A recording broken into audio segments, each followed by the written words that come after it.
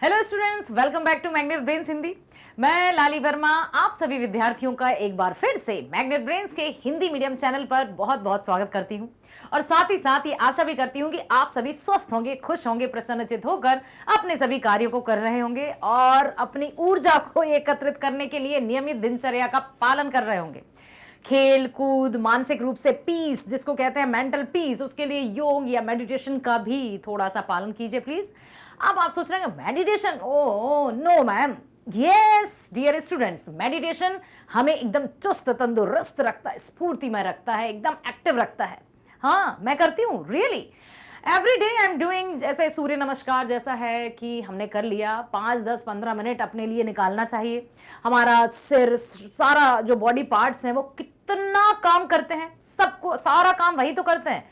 तो अब हमें उनके लिए थोड़ा तो एनर्जी स्टोर करनी चाहिए ना, उनके लिए कुछ तो हमें करना चाहिए। तो थोड़ा सा अपने आप को रिलैक्स्ड छोड़ना है और प्रसन्नचित होकर एकदम से शांत मुद्रा में बैठना है। If possible please, if possible क्या होगा ना, आपके पास समय है। अब आप सोच रहे हो नहीं मैम इतना सारा होमवर्क मिलता है सबको मिलता है, सारे कार्य करना है, अच्छे से करना है। और इसी तरह से हम वीडियोस भी देखेंगे मजे मजे के साथ, रोचक अंदाज में। पता है ना, हमने हमारा चैप्टर तुम कब जाओगे अतिथि लिखा गया है शरद जोशी जी के माध्यम से। उनकी व्यंग्यकार में उनका नाम सबसे प्रथम लिया जाता है और इस पाठ में लेखक ने अतिथि के बारे में जो बातें बताई थी वो हम देख चुके हैं। डियर विद्यार्थी, आप सभी से मैं एक और बात कहना चाहती हूं कि हर एक विषय के वीडियोस आप मैग्नेट ब्रेन्स पर एकदम फ्री देख सकते हैं। और मैग्नेट ब्रेन्स कक्षा 6वीं से 12वीं तक की ऑनलाइन स्कूल एजुकेशन, साथ ही साथ सभी प्रकार की प्रतियोगी परीक्षाओं के वीडियोस भी आप जैसे काबिल और होनहार विद्यार्थियों के लिए एकदम फ्री प्रोवाइड करते हैं। क्योंकि हमने एक लक्ष्य चुना है, अर्थात हमारा एक उद्देश्य है। मैग्नेट ब्रेन्स का एकमात्र उद्देश्य है कि हम सभी विद्यार्थियों को ऑनलाइन फ्री एजुकेशन प्रदान करें।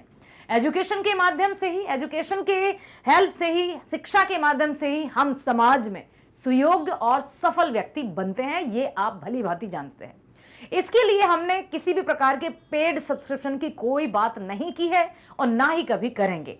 आपको हमेशा फ्री एजुकेशन प्रोवाइड करते रहेंगे, इसी उद्देश्य के साथ कि हमारा हर एक विद्यार्थी अपने अपने लक्ष्य पर पहुंचकर भारत का एक सुयोग्य और सफल नागरिक बनेगा ही बनेगा। ओके, चलिए इस वीडियो के बारे में बता दूं कि पाठ जो हम स्टार्ट कर चुके हैं, तुम कब जाओगे अतिथि, उसी के एनसीईआरटी समाधान हम करने वाले हैं, जिसमें पाठ्य पुस्तक में, जो पाठ के पीछे आपकी पाठ्य पुस्तक में दिए गए हैं मौखिक, लिखित और जितने भी प्रश्न हैं उनकी चर्चा हम करेंगे।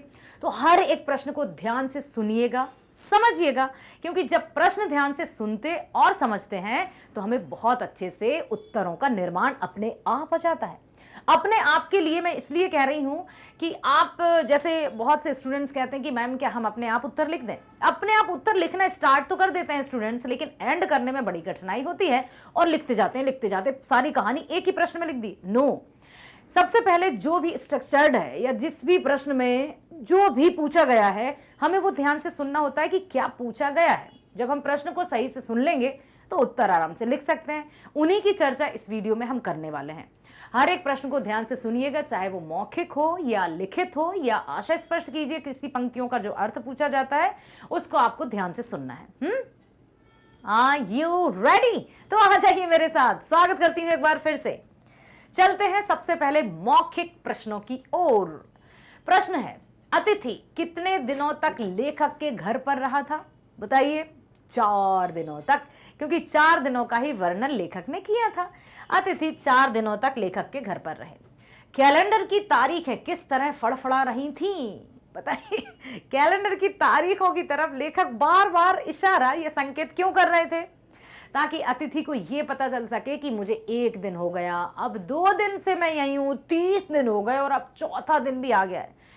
कैलेंडर की तारीख की नम्रता से फड़फड़ा रही थीं। अगला है, पति पत्नी ने मेहमान का स्वागत कैसे किया था? जब उनके घर में अतिथि आए थे तब किस तरह से स्वागत किया था? पति पत्नी ने मेहमान को गले लगाकर तथा पत्नी ने सादर नमस्कार करके अतिथि का स्वागत किया था। प्रसन्नचित मुद्रा में हंसकर मुस्कुराकर जो लेखक थे पति, उन्होंने गले लगाकर उनका स्वागत किया और पत्नी जी ने आइए भाई साहब नमस्कार पधारिए, अरे आप आए बहुत अच्छा लगा, आते रहा करिए, कितने दिनों बाद आए, बच्चे कैसे हैं, भाभी जी कैसी है, बहुत सारी बातें उन्होंने की। ठीक है, तो बड़े हर्ष के साथ अतिथि का स्वागत हुआ। दोपहर के भोजन को कौन सी गरिमा प्रदान की गई? अब दूसरे दिन वाले भोजन की बात की जा रही, तो उसको क्या नाम दिया था लेखक ने कि अब लंच भी खिला देते हैं भाई। लंच की गरिमा प्रदान की गई कि जो आराम से दो सब्जियां बनी थी, जिस दिन पहले दिन वे आए थे 2 सब्जियां बनी, रायता बना, मिठाई सब कुछ बनाया, 56 भोग टाइप थाली रेडी थी और अतिथि का बहुत बेहतरीन तरीके से स्वागत किया। अब दूसरे दिन अतिथि ने जाने का नाम नहीं लिया, चलिए भाई लंच भी कर देते हैं, तो लंच में भी अच्छा खासा बनाया गया, तो दोपहर के भोजन को लंच की गरिमा प्रदान की। अब चलते हैं तीसरे प्रश्न की ओर, 5वें प्रश्न की ओर। तीसरे दिन सुबह अतिथि ने क्या कहा? अतिथि का तीसरा दिन था, प्रश्न 5वां है। तीसरे दिन की सुबह अतिथि ने पति पत्नी से बोला कि तुम धोबी को बुलाओ, वह मेरे कपड़े धो देगा। जो अतिथि थे उन्होंने अपने मित्र से कहा कि भाई मुझे अपने कपड़े धुलवाने हैं तो धोबी को बुलाओ। लेकिन आपको याद है, प्रीवियस वीडियो याद कीजिए कि तुरंत उन्होंने क्या कहा था लेखक ने, नहीं नहीं नहीं धोबी को बुलाने की क्या आवश्यकता है, लॉन्ड्री में जाएंगे कपड़े। क्यों? इसके पीछे क्या आप समझे ना कि क्या कहना चाहते थे वो ये कहना चाहते थे कि धोबी हो सकता है और कुछ दिन लगा दे और फिर से ये यहीं रहे, लॉन्ड्री वाला यूं तुरंत जाएगा और तुरंत से कपड़े ले आएगा। ठीक है, अगला प्रश्न, सत्कार की ऊष्मा समाप्त होने पर क्या हुआ? भाई आदर सत्कार की ऊष्मा समाप्त हो गई। जितना सत्कार कर सकते थे, जितना आदर कर सकते थे, अब वो चरम सीमा पर पहुंच चुका है। सत्कार की ऊष्मा समाप्त होने पर लेखक डिनर के खाने से खिचड़ी पर आ गया। क्या हुआ था पता है ना आपको? जब वो आए थे तो बहुत अच्छे से उनको डिनर करवाया गया। चलो भाई ठीक है, दूसरे दिन नहीं जा रहे हैं तो लंच का भी मजा ले लिया जाए, तो अच्छे से उनको लंच वंच बनाया गया। अब पत्नी जी ने कह दिया देखो ये जाने का नाम नहीं ले रहे हैं, बहुत हो गया, अब मैं खिचड़ी बनाऊंगी। तो लेखक ने कहा भाई तुम्हें जो बनाना है बनाओ, मैं भी परेशान हो चुका हूं, जाने का नाम ही नहीं ले रहा है, कैसा है अतिथि, कैसा है मेरा मित्र। और उन्होंने यहां तक कह दिया कि यदि ये और रुकाना तो सब उपवास पर भी आ सकते हैं। तो अच्छे से खाना, 56 भोग, डिनर था, लंच हुआ और आखिर खिचड़ी तक आ गए थे वे। सत्कार की ऊष्मा समाप्त होने पर लेखक डिनर के खाने से खिचड़ी पर आ गए थे। ठीक है, अगला प्रश्न है, लेखक अतिथि को कैसी विदाई देना चाहता था? बताइए। जब लेखक ने सोचा कि हाँ अब ये जाएंगे तो किस तरह की विदाई देना चाहते थे? लेखक अतिथि को भावपूर्वक विदाई देना चाहते थे, बड़े अच्छे से विदाई देना चाहते थे कि जैसे आए हैं, जिस तरह से आदर सत्कार हुआ है, गले मिलकर भाभी जी ने नमस्कार किया अच्छे से, और उसी तरह से वो चाहते थे कि ये अच्छे से समय पर चले जाएं तो अच्छे से इनकी विदाई भी हो जाए। लेकिन अतिथि तो जाने का नाम ही नहीं ले रहे थे, इसलिए उनको क्या हुआ था वो आपको पता है। अब है व्याख्या करना है। अंदर ही अंदर कहीं मेरा बटुआ कांप गया।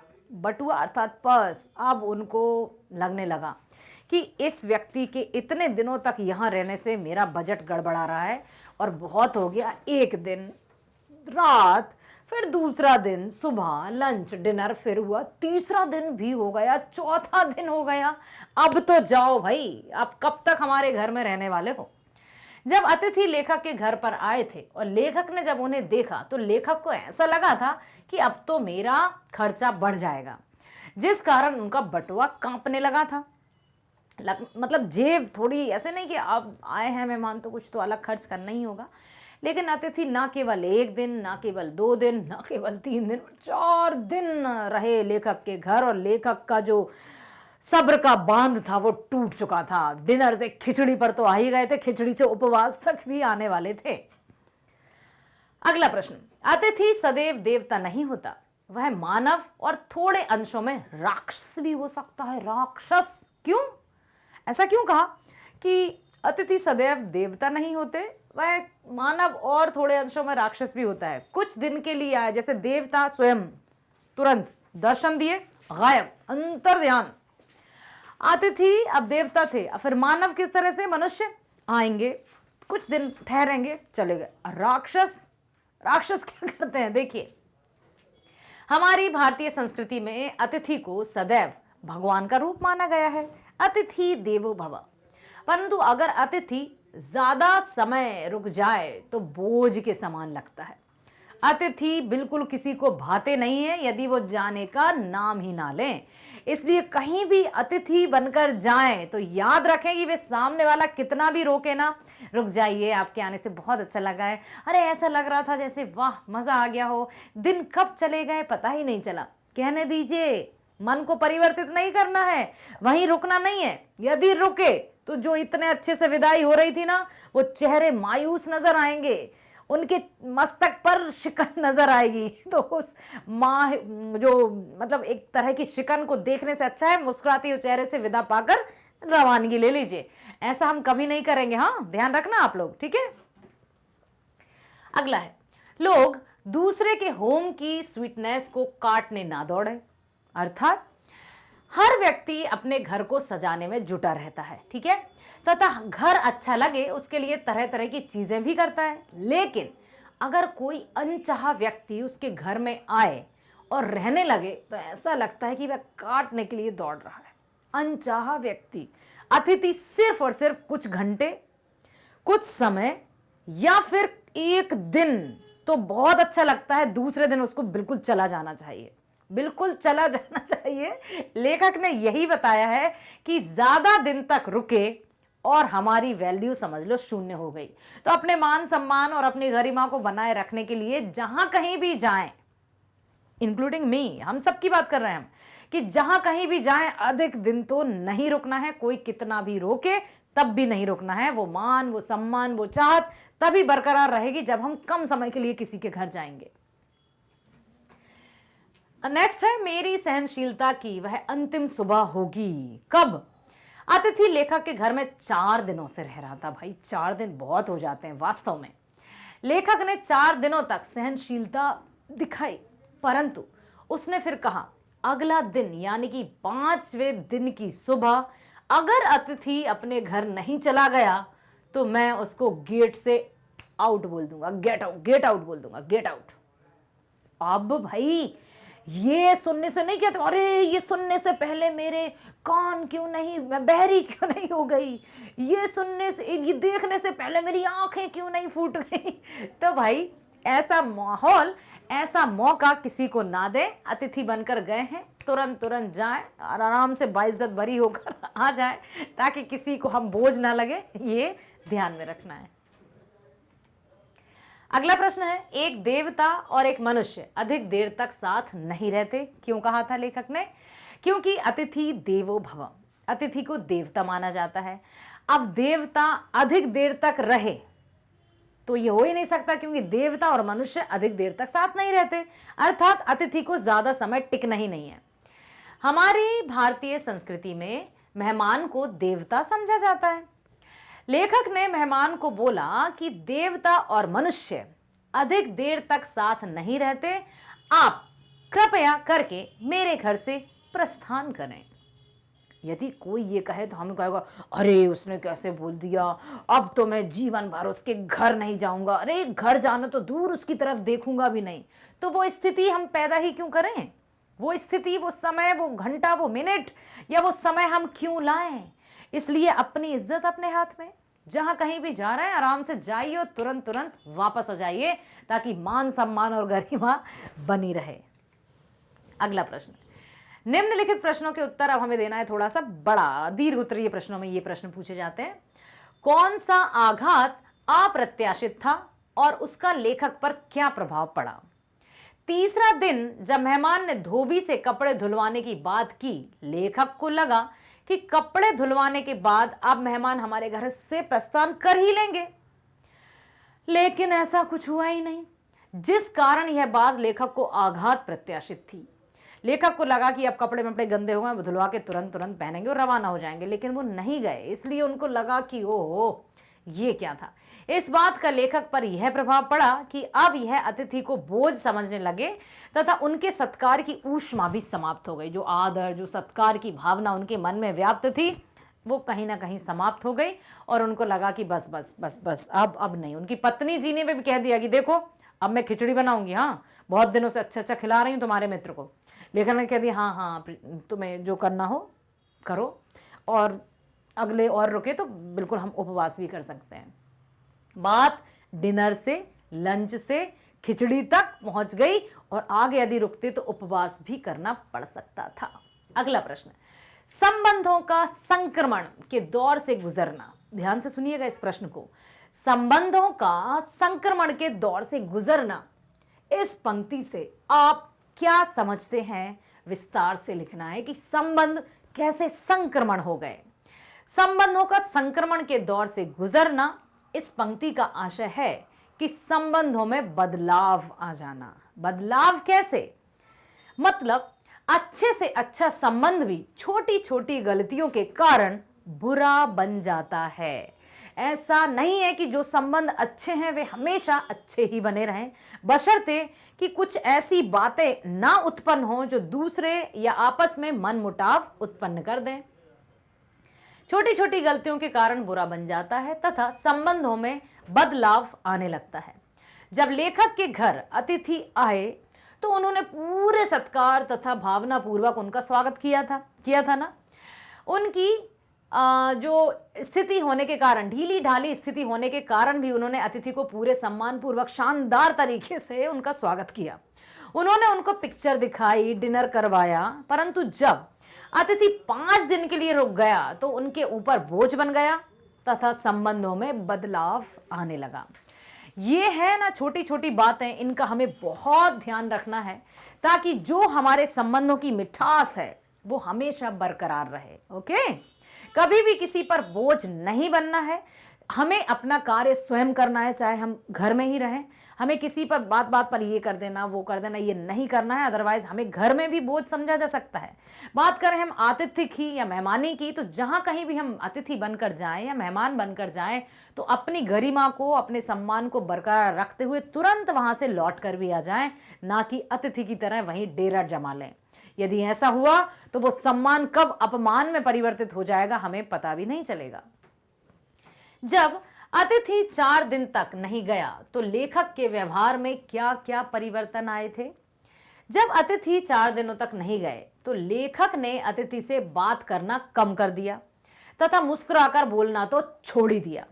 जिस दिन वो आए थे बड़े ठहाके लग लग कर बातें हो रही थी, नौकरी की चर्चा, घर की चर्चा, परिवार की चर्चा, पत्नी की चर्चा, बहुत सारी अच्छी अच्छी चर्चा, बहुत मजे आए दोनों को। लेकिन धीरे धीरे जब 4 दिन हो गए तो लेखक ने बातचीत करना भी बंद किया और मुस्कुराकर बात करना तो छोड़ ही दिया। शानदार भोजन के बजाय खिचड़ी खिलाना शुरू कर दिया। जो 56 भोग की थाली लगी थी, जिसमें 2-2 सब्जियां थी, रायता था, मिठाई थी, वो खिचड़ी तक आ गया। नहीं रुकना है इतने दिन, हाँ, कि खिचड़ी तक नौबत आ जाए। उसकी भावना यह थी कि मैं अतिथि को पूरे दिल से स्वागत करेंगे। तो अब क्या होगा, भावपूर्ण स्वागत करेंगे। लेकिन थोड़े दिनों बाद इनका यह भावपूर्ण स्वभाव बदल गया और उनका मन कर रहा था कि अतिथि को गेट आउट बोल दें। ये तक मन करने लगा था कि प्लीज आप जाइए, गेट खुला है। तो ये नौबत आने से पहले हमें अतिथि या जहां भी हम मेहमान बनकर गए हैं तुरंत वहां से रवानगी ले लेनी चाहिए। अपना सम्मान, अपनी इज्जत अपने हाथ में है। अपने सम्मान को बरकरार रखते हुए जहां कहीं भी, फ्यूचर की बात मैं बता रही हूं आपको, है ना, तो जहां भी हम अतिथि बनकर जाएं या मेहमान बनकर जाएं वो हमको रोकेंगे, है ना, अरे मत जाइए, आपके आने से बिल्कुल इतना अच्छा लग रहा है, बच्चे भी बहुत खुश हैं, और हम रुक गए। फिर देखिए उनकी मुस्कुराहट कैसे मतलब चिंता में परिवर्तित हो जाएगी, गुस्से में परिवर्तित, आपने देख लिया। तो इसी तरह से हम हर एक पार्ट की चर्चा करेंगे, बेहतरीन तरीके से समझेंगे, प्रश्न अभ्यास भी करेंगे। आशा करती हूँ हर एक प्रश्न को सुना है, समझा है, और बहुत अच्छे से आप यदि परीक्षा में इनसे संबंधित कोई भी प्रश्न आता है तो आप लिख पाएंगे, है ना, सही सुना ना। इसी तरह से मैग्नेट ब्रेन्स कक्षा 6वीं से 12वीं तक की ऑनलाइन स्कूल एजुकेशन एकदम फ्री प्रोवाइड करता है। साथ ही साथ सभी प्रकार की परीक्षाओं के वीडियोज, अर्थात प्रतियोगी परीक्षाएं जैसे NTSC, olympiad, IIT, JEE, NEET, UPSC, bank, insurances, RRB, SSB, सभी प्रकार की प्रतियोगी परीक्षाओं के वीडियोस भी आपको फ्री प्रोवाइड करता है। इंग्लिश मीडियम, हिंदी मीडियम दोनों में आप अपनी विषय के वीडियोस देख सकते हैं। जैसे आपको देखना है हिंदी का वीडियो तो टाइप कर दीजिए Magnet Brains Hindi, class 9th Hindi, Kshitij या कृतिका, जिसका भी पाठ पढ़ना है, स्पर्श या संचयन, जो भी आपको पाठ पढ़ना है तो क्लिक कर दिया। क्लिक करते ही आप प्लेलिस्ट पर जाएंगे। प्लेलिस्ट पर आपको बहुत अच्छे से पॉइंट टू पॉइंट वहां सब कुछ मिल जाएगा, क्योंकि आपकी सुविधा के लिए वेल ऑर्गेनाइज तरीके से रखा है। जैसे आपको पाठ्यक्रम देखना है, क्रम या पाठ का सार देखना है, एनसीईआरटी समाधान देखना है, बहुविकल्पीय प्रश्न देखना है, जो भी वीडियो आपको देखना है just click on that. Video आपके सामने आएगा, मजा भी आएगा, इंटरेस्ट भी आएगा और साथ ही साथ समझ में भी आएगा। परीक्षा में या टेस्ट में जो भी जिस भी विषय के प्रश्न आपसे पूछे जाएंगे आप चुटकियों में हल कर पाएंगे उनको, बशर्ते कि आप वीडियो ध्यान से देखें। ठीक है, देखिएगा, पसंद आएगा, लाइक कीजिएगा, सब्सक्राइब करना है ताकि हर एक विषय के वीडियोस का जो नोटिफिकेशन है आपको प्राप्त होता रहे और आप सही समय पर वीडियोस का लाभ ले सकें। और शेयर करना बिल्कुल नहीं भूलना है, अधिक से अधिक शेयर कीजिए ताकि आपके सभी फ्रेंड्स, सभी रिलेटिव्स, जो भी आपके कॉन्टेक्ट लिस्ट में शामिल हैं, वे सभी ऑनलाइन बेस्ट एजुकेशन का, magnet brains all in one education का लाभ ले सकें।